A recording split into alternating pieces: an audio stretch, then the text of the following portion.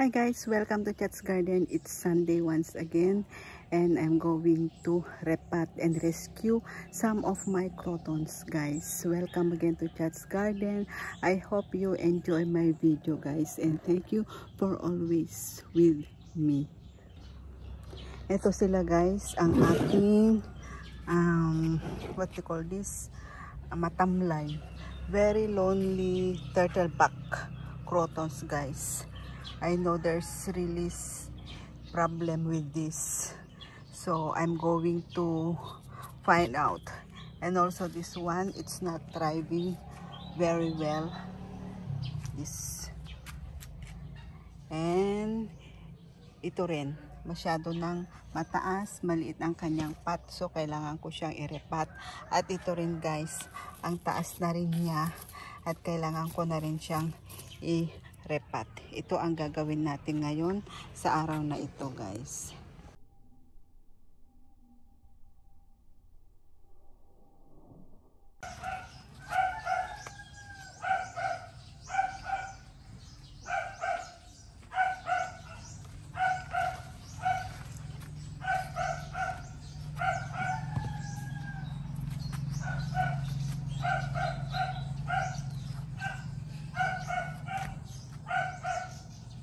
Ito naman tayo dito sa isa, guys. Titingnan ko lang din kung anong problema.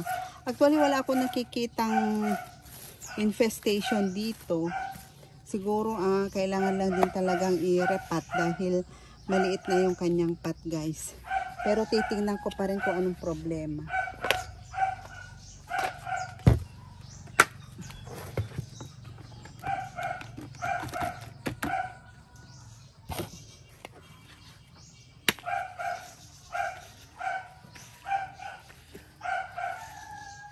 Lonely rin ito eh.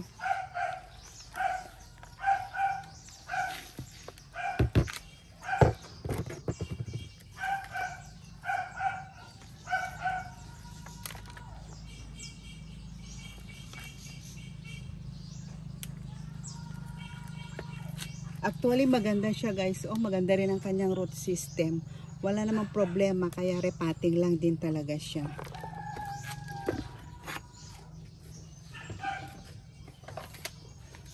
Dito ko siya ilagay sa mas malaking pot, guys.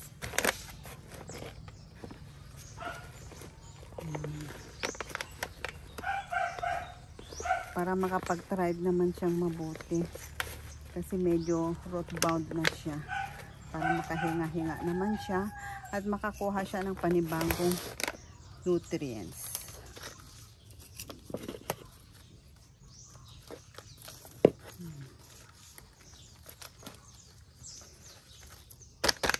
Ayan, guys.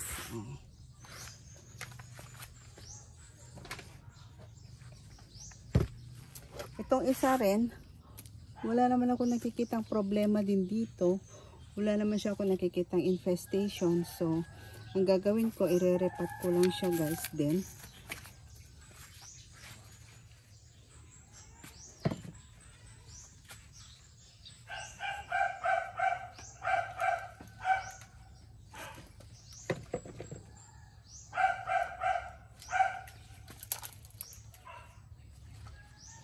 Ayan, guys, oh. Ayan. Nandiyan ang kanyang roots. Okay naman siya.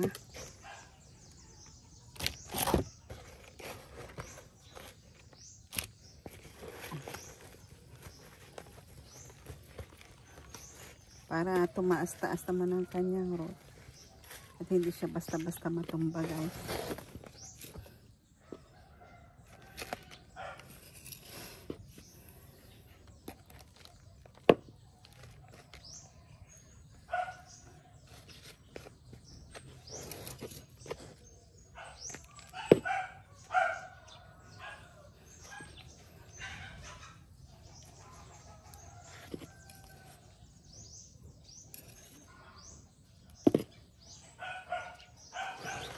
At saka, ipipil ko siya, guys. Ipil ko siya.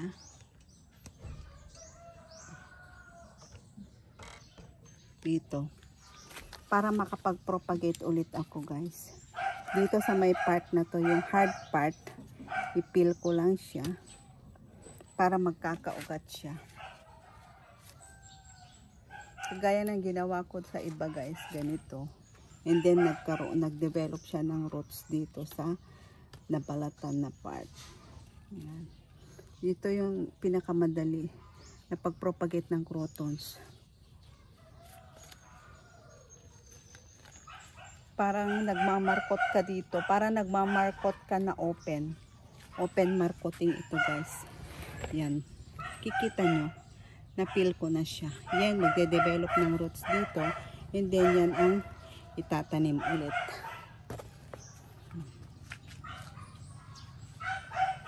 Ito rin guys. Napakaganda nitong crotons na ito. Tingnan nyo. Oh. Ang ganda ng kulay. Maliliit siya. Wala naman ako nakikitang infestation guys. Kaya i-re-repat ko lang siya. Ito oh, may mga ito lang oh, may mga cobweb. Kung may mga cobweb na ganyan, baka may spider mites yan. Tingnan lang din natin. Wala na ako nakita spider mites. Just cobweb. Yan. Bihira lang din kasi itong magalaw, bihira lang mapunasan. Actually, di ko ito pinupunasan. Nalilinisan lang siya sa ano guys, sa ulan. Ulan lang ang naglilinis sa kanya.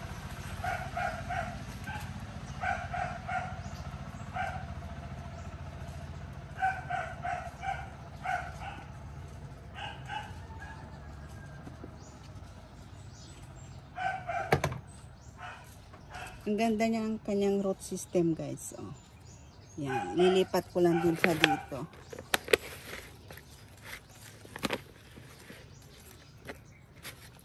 Tagal-tagal na rin itong mga crotons na ito sa akin guys. Nandiyan lang naman sila, rain or shine. Lumalaki sila. Kaso nga lang, itong mga napansin ko, itong mga medyo semi-rare type, mabagal silang dumami guys. Unlike doon sa talagang mga common na crotons, mabilis lang. Ito ay mabagal lumaki. Ayan guys, magpipil ulit ako dito sa part na ito para makapag-propagate ulit ako guys. Actually may na-propagate na ako dito. May ano na ako dito. Ganito rin. Nagpil din ako. Ito guys, oh. Dito ko kinuha. Pansin nyo, yan. Dito ko pinutol noon guys yung isa. Yan. Nagpil ako dito, nag-branch out dito. Tapos, yan. Kinutol ko, kinuha ako. Ngayon magpipil ulit ako dito para mag-branch out din siya. Papakita ko sa inyo yung anak nito guys na ano ko, na propagate ko. Buhay naman na siya nandito. Guys, namatay pala yung crotons, yung ganito na pinopagate ko guys, namatay pala. Sorry, ito pala yung namatay. Kaya pala hindi ko mahanap yung anak niya. Ito yung sinasabi ko pala na nabuhay. Yan, o, tingnan nyo, o, nandyan. Ito, pinagputulan ko. Yan. Ito, iba namang klaseng crotons ito. Tapos, nandito na ngayon yung anak niya. Ito na yung baby niya, guys. Ito. Yan. Sayang yung isa. Sana makapag-propagate ulit ako, guys. Yan. Yan, guys. Tapos na tayo. Ito yung nagawa natin. Yan. Itong dalawang to, na-i-repat na natin sa mas malaking pot. Tapos, ito rin, isa. And then, yung kanina may millibag. Tapos, ito yung example ng mother and baby na crotons. Ayan guys, ito yung mga semi-rare na ano natin, na crotons natin. Ito yung toothpick na sinasabi. Actually, common naman na itong toothpick guys. Yan. Tapos, ito naman yung Thai croton na red. Yan. Yan guys. Oh. Thai croton na red. mabagal lumaki itong mga to guys. Tapos ito rin na yung toothpick ulit. Ito, nag-mother, ito yung mother nila. Tapos meron na siyang dalawang anak. Yan. Tapos ito yung Thai croton na yellow. Yung mother ng mga, yung kanina. Mother ng mga to guys. Mother nito. Tsaka yung isa kanina na nirepat natin. Kahit ito, kailangan na rin irepat kasi mahaba-haba na rin siya. Yan guys. Yan guys, thank you so much for watching again. Happy Sunday. Have a healthy and happy planting to all of us guys. I see you again on my next video. Thank you so much. Bye-bye.